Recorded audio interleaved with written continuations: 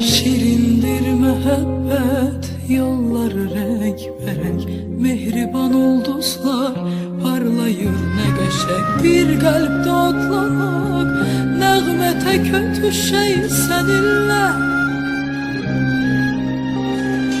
Dünyadan biz kaçak, semada görüşek, bir yerde eğlenek, bir yerde gülüşek. Hiç neden korkmayıp aşkarca öpüşek seninle. Seninle ulduzlu gecede bir yerde rəqs edək, göğüsü sehirli biz sanki bir melek. Her yeri bir nurlu nağıla döndərək, ilahi sevgini həsrətli dünyaya hediye gönderək biz.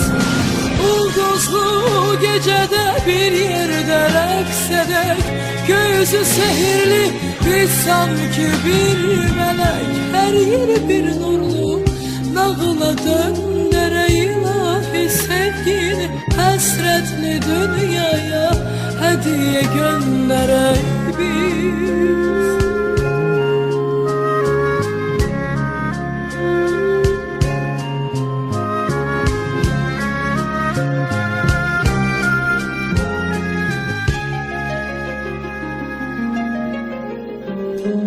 Tanrı'nın payını seninle bir bölek, koynura boyansın her arzu her dilek. Hasretten çok uzak, sevilek sevilek seninle. Dünyadan biz kaçak, semada görüşek, bir yerde eğlenek, bir yerde gülüşek. Hiç neden korkmayıp aşkarca öpüşek seninle.